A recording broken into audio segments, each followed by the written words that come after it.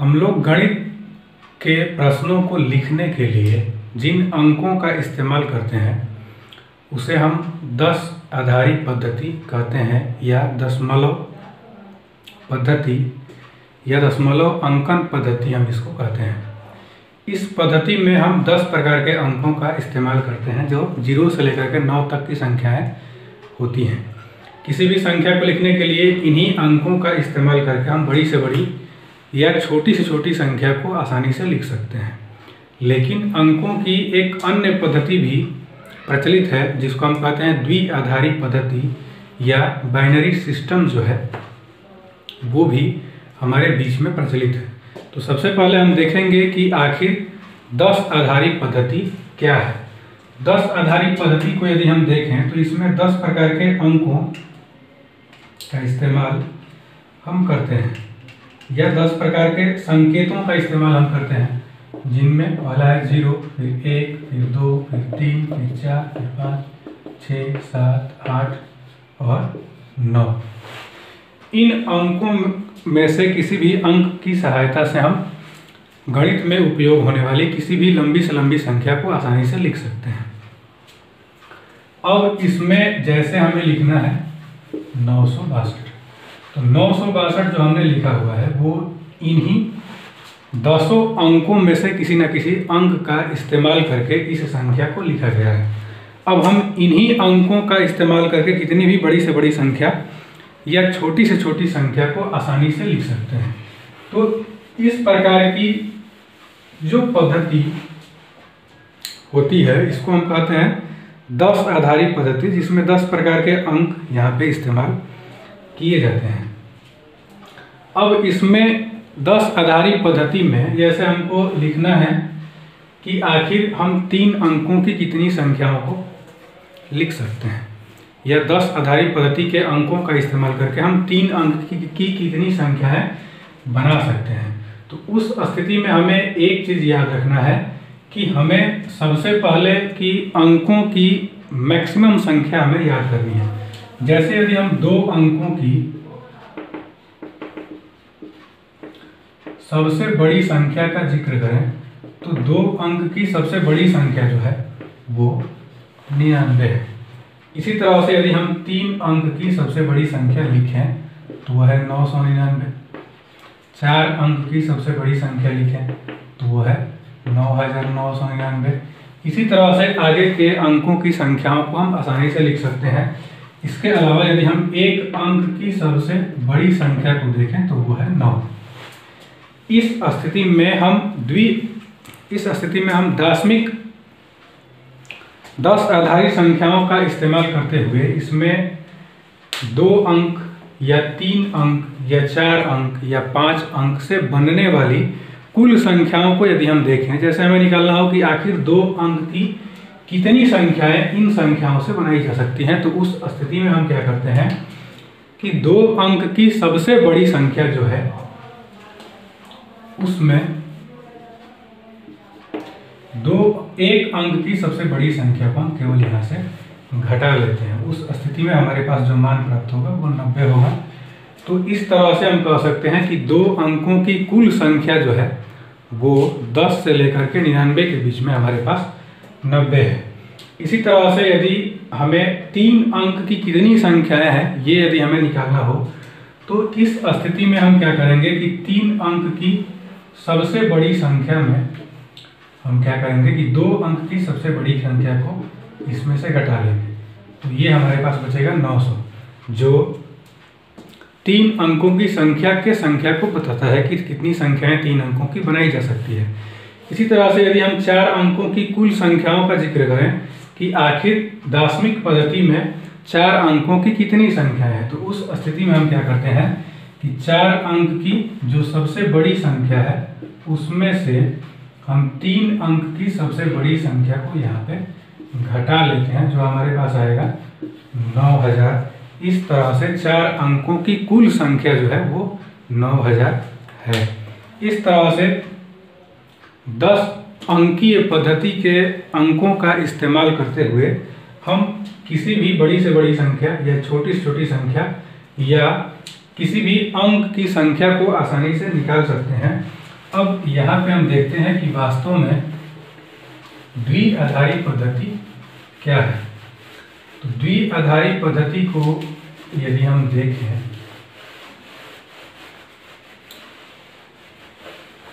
तो यहाँ से द्विआधारी पद्धति को यदि हम देखें तो उस स्थिति में द्विआधारी पद्धति में दो प्रकार के अंकों का ही इस्तेमाल हम करते हैं, या दो अंकों का ही इस्तेमाल करते हैं। इन अंकों में महत्वपूर्ण है, एक है 0 और एक है 1। ये द्विआधारी संख्या लिखने का बेसिक अंक है। हम इन्हीं दो अंकों का इस्तेमाल करके द्विआधारी संख्याओं को लिखते हैं। अब यहाँ पे हम देखेंगे कि आखिर द्विआधारी संख्या को हम कैसे लिखते हैं। तो द्विआधारी संख्या को लिखने के लिए जैसे हमने 0 और 1 लिख दिया, या 1 0 लिख दिया, या 1 1 0 लिख दिया, या 1 1 1 0, या 1 0 1 0 1। इस तरह से हम द्विआधारी संख्याओं को लिखते हैं। यहाँ पे एक चीज़ ध्यान रखना है कि द्विआधारी संख्याओं को लिखने के लिए इसको इस तरह से हम नीचे संकेत के रूप में 2 लिख देते हैं। ये द्विआधारी संख्याओं को लिखने का एक तरीका है। लेकिन द्विआधारी संख्याओं में अंकों का यदि हम इस्तेमाल करें तो हम केवल 0 और 1 का ही इस्तेमाल यहाँ पे कर सकते हैं। लेकिन सामान्य भाषा में यदि हम देखें तो ये वाला जो मान है वो है 110। ये वाला जो है वो इकाई दहाई सैकड़ा हज़ार 10,000 इकाई दहाई सैकड़ा हज़ार 10,000, ये है 11,110। इसी तरह से ये है 10,101। लेकिन वास्तव में ये एक द्विआधारी संख्या है और द्विआधारी संख्या को हम इस तरह से नहीं पढ़ सकते क्योंकि वो 10 आधारी संख्या के आधार पर नहीं लिखी गई है। इसको अलग तरीके से लिखा गया है। अब ये जो द्विआधारी संख्या है, इन संख्याओं को मतलब द्विआधारी संख्याओं में एक अंक की संख्या कितनी होती है, 2 अंकों की कितनी संख्या हम बना सकते हैं, 3 अंकों की कितनी संख्या हम बना सकते हैं, 4 अंकों की कितनी संख्या बना सकते हैं। आइए देखते हैं। जैसे यहाँ पे ये जो लिखा गया है 0 और 1, इसको हम केवल 1 भी लिख सकते हैं क्योंकि यहाँ से बाएं साइड में जो 0 का वैल्यू होता है उसको हम यहाँ से हटा लेते हैं, या उसको लिखने की कोई विशेष आवश्यकता नहीं होती। अब यहाँ से हमें देखना है कि आखिर द्विआधारी संख्याओं में 2 अंकों की कुल कितनी संख्याएं हो सकती हैं, या 3 अंकों की कितनी संख्याएं हो सकती हैं, या 4 अंकों की कितनी संख्याएं हो सकती हैं। तो द्विआधारी संख्याओं में 2 अंकों का इस्तेमाल होता है, एक है 0 और एक है 1। इन अंकों की सहायता से यदि हम लिखना चाहें तो उस स्थिति में यहाँ पे 1 अंकों की कुल संख्या लिखने के तरीके जो है वो हमारे पास 2 है। यानी कि द्विआधारी संख्या में 1 अंक की संख्या जो है वो केवल 1 और 0 है, मतलब 1 अंकों की संख्या जो है वो केवल 2 है। इसी तरह से यदि हम द्विआधारी संख्या में 2 अंकों की संख्याओं को देखें तो उसमें भी केवल 2 ही अंक हैं, या तो हम लिख सकते हैं यहाँ पे 1 0 या 0 1। तो इस तरह से यहाँ पे हम द्विआधारी संख्या में 2 अंकों की कुल संख्याओं को इस तरह से हम यहाँ पे लिख सकते हैं। इसके अलावा यदि हम आगे के अंकों को देखें कि द्विआधारी संख्या में आखिर 3 अंकों की कितनी संख्याएं होती हैं, या 4 अंकों की कितनी संख्याएं लिखी जा सकती हैं, या 5 अंकों की कुल कितनी संख्याएं लिखी जा सकती हैं, तो उसको ऐसे हम आसानी से नहीं निकाल सकते। उसके लिए एक बेसिक फार्मूला है जिसको हमें याद करना पड़ेगा, और वो फार्मूला ये है कि यदि हमें n अंकों की द्विआधारी संख्या यदि देखनी हो कि आखिर n अंकों की हम कितनी द्विआधारी संख्या निकाल सकते हैं, या n अंकों में कितनी द्विआधारी संख्याएं हो सकती हैं, तो उसका बेसिक फार्मूला है 2 के पावर n माइनस 2 के पावर n माइनस 1। जैसे यदि मान लीजिए n के जगह पे हमने 7 ले लिया कि हमको द्विआधारी संख्या में 7 अंकों की कितनी संख्याएं हैं ये हमें चेक करना है। उस स्थिति में हम क्या करते हैं कि यहाँ पे n के जगह पे हम ले लेते हैं 7 माइनस, यहाँ पे कर देंगे n माइनस 1, तो 7 में से 1 घटेगा तो ये हो जाएगा 6, और 2 पे यदि हम 7 बार गुना करें तो ये होगा 32 दूनी का 64। 64 दूनी का 128। 128 में से यदि हम 64 को घटाएं तो ये कुल मिला के आ जाता है 64। इस तरह से द्विआधारी संख्या में 7 अंकों की कुल संख्या जो है वो 64 है। इस तरह से अन्य अंकों की संख्याओं को हम इस सूत्र की सहायता से निकाल सकते हैं कि आखिर द्विआधारी संख्याओं में कितने अंक हो सकते हैं किसी खास प्रकार के अंकों को देखते हुए। द्विआधारी संख्या से संबंधित प्रश्नों को यदि हम देखें तो द्विआधारी संख्या से संबंधित प्रश्नों को हम दार्शनिक संख्या पद्धति के रूप में परिवर्तित कर सकते हैं, या दार्शनिक पद्धति को हम द्विआधारी संख्या के रूप में परिवर्तित कर सकते हैं। जैसे मान लीजिए हमारे पास है 15, इसको हम द्विआधारी संख्या के रूप में परिवर्तित करना चाहते हैं। तो इस स्थिति में हम इसको कैसे परिवर्तित करें द्विआधारी संख्या के रूप में, तो इसके लिए हम यहाँ पे इस तरह से 2 लाइन खींच देते हैं। यहाँ पे हम लिखेंगे ऊपर 15 को और यहाँ पे हम जोड़ते जाएंगे शेष को। यहाँ हम लिख देंगे 15, ये होगा शेष। और यहाँ पे हम इसको द्विआधारी संख्या के रूप में कैसे चेंज करेंगे, तो यहाँ से हमें प्रत्येक स्थिति में केवल 2 से भाग देना है। 2 से यदि हम भाग दें तो उस स्थिति में 15 में यदि हम 2 से भाग दें तो ये 7 बार जाएगा, 7 बार जाएगा और हमारे पास शेष जो बचेगा वो केवल 1 बचेगा। तो जितनी बार ये जा रहा है उसको हम यहाँ पे लिखेंगे और शेष जो हमारे पास आएगा उसको हम यहाँ पे लिख देंगे। और फिर से हम क्या करेंगे कि फिर से 7 में 2 से भाग देंगे तो ये जाएगा 3 बार, शेष बचेगा केवल 1। फिर इसमें 2 से फिर से भाग देंगे तो 2 में 3 से भाग दें तो ये 1 बार में जाएगा और यहाँ पे शेष जो है वो 1 बच जाएगा।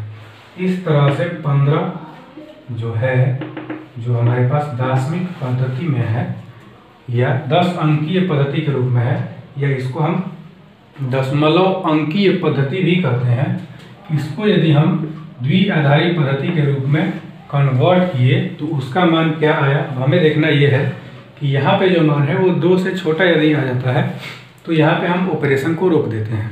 इस तरह से हमारे पास जो मान प्राप्त हुआ है उसको यदि हम लिखते हैं तो इसको हम सजाते कैसे हैं, यहाँ पे ये ध्यान देना है।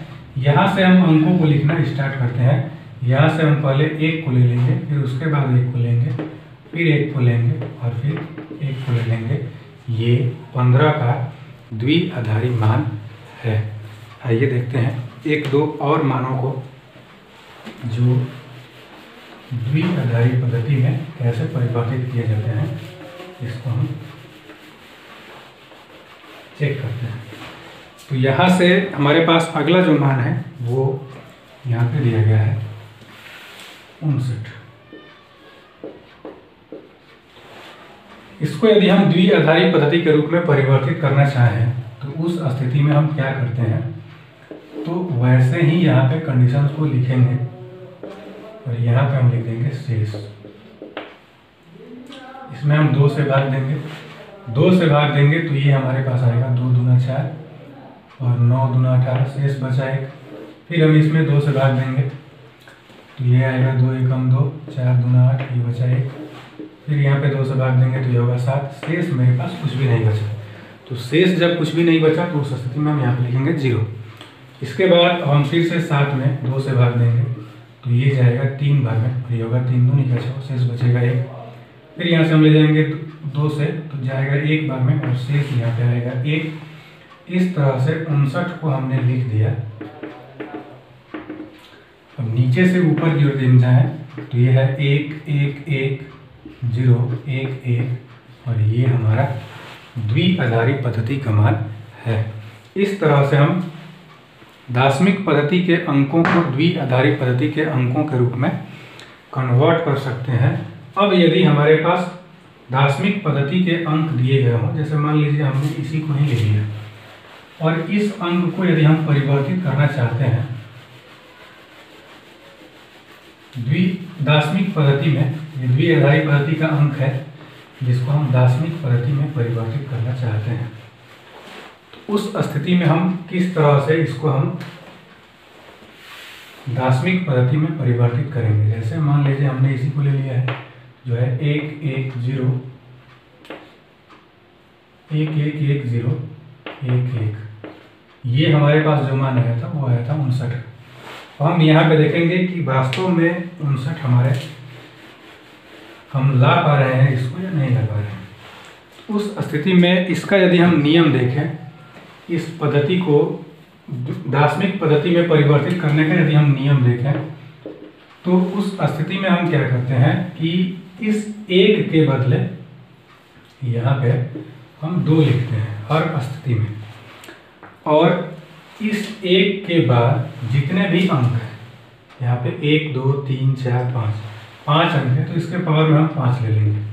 फिर इस 1 के बदले हम यहाँ पे 2 लिखते हैं, इस 1 के बदले फिर हमने यहाँ पे 2 लिखा, और इस 1 के बाद कितने अंक हैं, 1 2 3 4, तो यहाँ पे हम 4 ले लेंगे पावर में।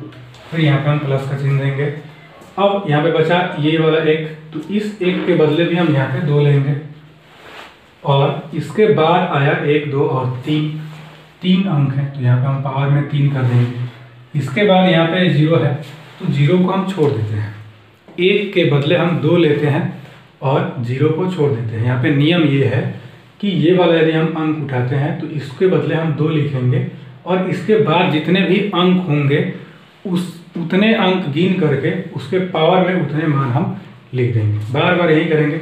0 को हम ऐसे ही छोड़ देते हैं, 0 को छोड़ देंगे। फिर यहाँ से हम 1 को लेंगे, तो इस 1 के बदले हम यहाँ पे 2 को लिखेंगे, और इसके बाद केवल 1 अंक है। फिर इस 1 को लेंगे, तो इसके बदले हम 2 लिखेंगे, लेकिन इसके बाद कोई भी अंक नहीं है, तो यहाँ पे पावर में हम 0 लगा देंगे और इसको हल करेंगे। 2 के पावर 5 करेंगे तो ये होगा 32, 2 के पावर 4 करेंगे तो ये होगा 16, 2 के पावर 3 करेंगे तो ये होगा 8, ये होगा 2। और किसी भी संख्या के पावर यदि हम 0 करते हैं तो उसका जो वैल्यू आता है वो यहाँ पे रहता है 1। इस तरह से इसका यदि हम मान देखें तो 16 और 8 24, 24 2 26, 26 1 27, 27 में यदि हम 32 को जोड़ दें तो ये आ गया हमारे पास 59, जो दिए गए कंडीशन के बराबर है। इस आधार पे हम कह सकते हैं कि द्विआधारी पद्धति को हम दशमिक पद्धति के रूप में और दशमिक पद्धति को हम द्विआधारी पद्धति के रूप में इस तरह से कन्वर्ट कर सकते हैं। आइए एक और मान हम लेते हैं जिसमें हम द्विआधारी पद्धति को दशमिक पद्धति के रूप में कन्वर्ट करके चेक करते हैं कि वास्तव में इसका क्या मान हमें प्राप्त होता है। जैसे अब यहाँ पे हमारे पास जो मान दिया गया है वो यहाँ पे दिया गया है 1 0 0 1 1, इसको हमें कन्वर्ट करना है दार्शनिक पद्धति के रूप में। उस स्थिति में हम इसको दार्शनिक पद्धति के रूप में कैसे लिखें, तो हम सबसे पहले इस 1 के लिए केवल 2 लिखेंगे, और बाकी जो इसके बाद के अंक हैं उसके लिए हम इतना पावर इसमें लगा देंगे। तो इसके बाद हमारे पास 5 अंक है, तो हम यहाँ पे 5 पावर लगाएंगे। बाकी जो 2 0 हैं इसको हम छोड़ देंगे, ले लेंगे 1 को, 1 के बदले हम यहाँ पे 2 लिखेंगे, और इसके बाद 2 अंक हैं तो यहाँ पे हम पावर में 2 लिखेंगे। फिर हम इस 1 को लेंगे, इसके बदले हम 2 यहाँ पे लिखेंगे, और इसके 1 के बाद यहाँ पे 1 अंक है तो यहाँ पे पावर में 1 करेंगे। फिर इस 1 के बदले यहाँ पे 2 लिखेंगे, और इसके बाद कोई अंक नहीं है तो यहाँ पे हम पावर में 0 कर लेंगे। अब इसको यदि हम सॉल्व करें तो ये आ जाएगा 32, ये होगा 4, ये होगा 2 और ये होगा 1। इस तरह से 32 4 36, 36 2 38, 38 और 1 यदि हम जोड़ें तो ये हो गया 39। तो दिया गया जो मान है वो 39 का मान प्राप्त हमें होता है। यहाँ पे जोड़ और घटाव की क्रिया को पहले सीखेंगे। तो यहाँ से यदि हम द्विआधारी ऑपरेशंस में जोड़ और घटाव की क्रिया को करें तो उस स्थिति में जैसे हम जोड़ की क्रिया करें तो उसके लिए कुछ बेसिक सूत्र है जिसको हमें समझना है। जैसे यदि हम 0 में 0 को जोड़ रहे हैं तो इसका मान 0 आएगा। 1 में यदि हम 0 को जोड़ें या 0 में 1 को जोड़ें तो इसका मान जो है वो हमारे पास केवल 1 आएगा। लेकिन यदि हम 1 में 1 को जोड़ लें तो यहाँ पे हमारे पास जो मान है वो 10 आएगा, जिसमें 0 इसका मान होगा और हासिल जो होगा वो इसका 1 होगा। इसी तरह से यदि हम 3 1 को आपस में जोड़ें तो इसका जो वास्तविक मान होगा वो इन दोनों को जोड़ने से मान आएगा 10, और 10 में यदि हम 1 को जोड़ें तो ये मान आ जाएगा 11, जिसमें 1 इसका मेन मान है और यहाँ पे 1 जो है वो इसका हासिल वाला मान है। इस आधार पर हम यदि इसमें जोड़ की क्रिया को देखें बी आधारी संख्याओं में, तो अब यहाँ पे जैसे अब हमें जोड़ना है, तो जोड़ की क्रिया को यदि हम देखें तो यहाँ पे पहला कंडीशन दिया गया है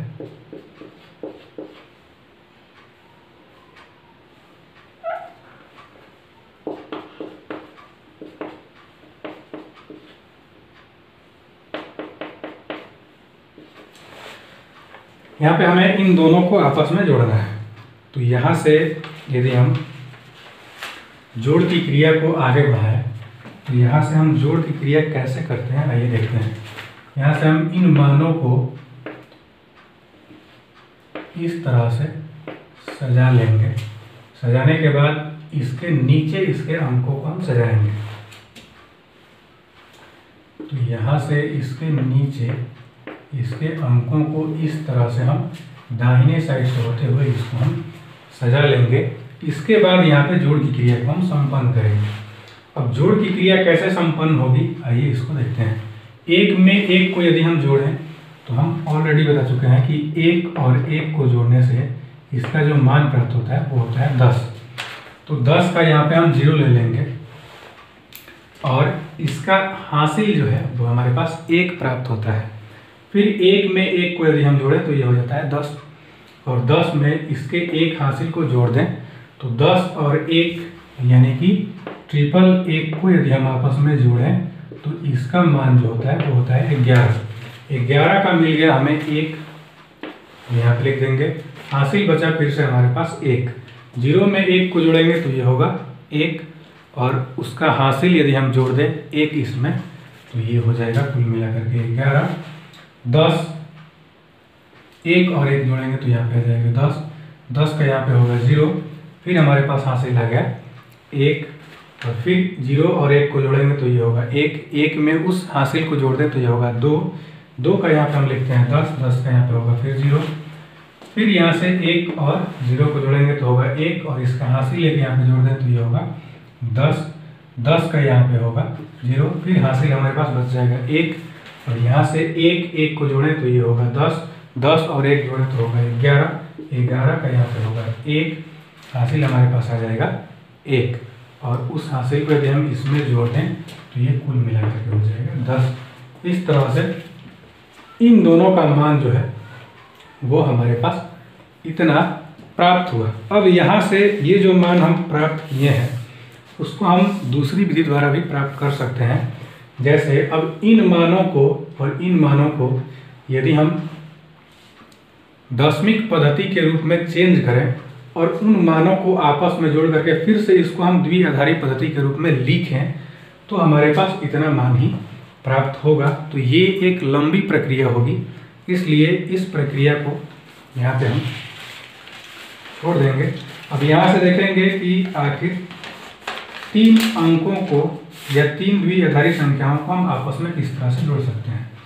जैसे हमारे पास अगला प्रश्न जो है वो इसमें दिया गया है 1 0 1 1 0 1, तो यहाँ पे जोड़ना है 1 1 1 1 1, और फिर यहाँ पे दिया गया है 1 1 0 1 0 1 0। अब यदि हम इनको आपस में जोड़ें तो उस स्थिति में हम क्या करते हैं कि इस मान को ऊपर लिख देंगे और इसको हम इसके नीचे लिख देंगे। तो यह 1 1 1 1 1, और इन दोनों को आपस में हम जोड़ लेंगे। जोड़ेंगे तो 1 1 यहाँ पे हो जाएगा 10, 10 का यहाँ पे लिखेंगे 0, फिर यहाँ पे 0 और 1 हम जोड़ेंगे तो ये होगा 1, और यहाँ इसका हासिल जो है वो हमारे पास आएगा 1, इसको जोड़ देंगे इसमें तो होगा 2, 2 का हम लिखेंगे 10, 10 का यहाँ पे होगा फिर से 0, फिर यहाँ पे हमारे पास हासिल बचेगा 1, फिर 1 1 को जोड़ेंगे तो ये होगा 10, और 1 हासिल यदि हम इसमें जोड़ दें तो वो होगा 11, 11 का यहाँ पे हम लिखेंगे 1, फिर से हमारे पास हासिल आ गया 1, एक को एक के साथ जोड़ेंगे तो होगा 10 और हासिल एक जोड़ देंगे इसमें तो ये हमारे पास फिर से आ जाएगा 11। अब हमारे पास फिर से हासिल आ गया 1, फिर 0 में 1 को जोड़ेंगे तो ये होगा यहाँ पे 1 और 1 में 1 हासिल यदि हम जोड़ दें तो वो हो जाएगा 10। 10 का यहाँ पे हम लिखेंगे 0 और 1 हासिल जो बचा उसको यदि हम इसमें जोड़ दें तो 1 यहाँ पे हो जाएगा 10। इस तरह से इन दोनों को जोड़ने से जो मान प्राप्त हुआ वो हमारे पास इतना आया। अब इस मान में हम इस मान को आपस में जोड़ लेंगे तो नीचे वाला जो मान आया है वो आया है 1 0 0 1 1 0 0। इसके नीचे आया है 1 1 0 1 0 1 0 और इन दोनों को यदि हम आपस में जोड़ें तो इन सब का योग जो होगा वो हमारे पास प्राप्त हो जाएगा। 0 को 0 के साथ जोड़ेंगे तो 0 आएगा, 0 को 1 के साथ जोड़ेंगे तो ये 1 आएगा, 1 को 0 के साथ जोड़ेंगे तो ये आएगा 1, 1 को यदि हम 1 के साथ जोड़ें तो ये हो जाएगा 2, लेकिन 2 को हम लिखते हैं 10 तो 10 का यहाँ पे होगा 0। फिर इसमें जो 0 में 0 जोड़ेंगे तो ये होगा 0, 0 में 1 यदि हम हासिल जोड़ दें तो ये होगा 1, ये होगा 1 और ये यहाँ पे हो जाएगा 10। तो इस तरह से इन तीनों संख्याओं का, तीनों द्विआधारी संख्याओं का जो कुल योग आया हमारे पास वो यहाँ पे इस रूप में प्राप्त हो गया। अब यहाँ पे दूसरी विधि ये है कि इसको हम दार्शनिक पद्धति के रूप में परिवर्तित करें, फिर इसको और तीनों को आपस में जोड़ें। जोड़ने के बाद जो मान प्राप्त होगा वो हमारे पास दार्शनिक पद्धति में प्राप्त होगा। उन मानों को फिर से यदि हम द्विआधारी पद्धति के रूप में लिखें तो वो इस रूप में हमारे पास सामने आएगा। अब यदि हम द्विआधारी संख्याओं के अंतर को यदि हम देखें तो जैसे हमारे पास दो संख्याएं हैं 1 1 0, यहाँ पे 1 है, यहाँ पे 1 1, इसमें से यदि हमें घटाना हो 1 0 1 1 1 1 तो उस स्थिति में इसको हम कैसे घटाते हैं आइए देखते हैं। तो यहाँ पे इसको ऊपर हम लिख देंगे और इसको हम लिख देंगे यहाँ पे नीचे। अब इन दोनों को यदि हम आपस में घटाएं तो उस स्थिति में 1 में से 1 गया, यहाँ बच गया 0, 1 में से 1 गया बच गया 0, 0 में से 1 को हम नहीं घटा सकते तो उस स्थिति में 1 जो है वो इसको हासिल ले लेगा। तो 0 और 1 यदि हासिल इसको देगा तो ये कुल मिला करके हो जाएगा 0 और 1 जो है वो यहाँ पे हो जाता है 10 और 10 जो है वो यहाँ पे होता है 2। तो 2 के कंडीशन में यदि हम मान को देखें तो 2 में से 1 को घटाएंगे तो ये बचेगा 1, ये हो गया यहाँ पे 0 और 1 यदि इस 0 को हासिल ले दे अपना तो ये 1 0 जो है वो 10 होता है और 10 का मतलब होता है 2, 2 में से फिर 1 गया तो यहाँ पे बच गया कुल मिला करके 1 और ये हो गया 0, 0 में से 0 घटाएंगे तो ये बचेगा 0, 1 में से 1 को घटाएंगे तो ये बच जाएगा 0। इस तरह से इन दोनों संख्याओं का या दोनों द्विआधारी संख्याओं का अंतर जो है वो यहाँ पे आ गया केवल 1100 और ये हमारा सही उत्तर है।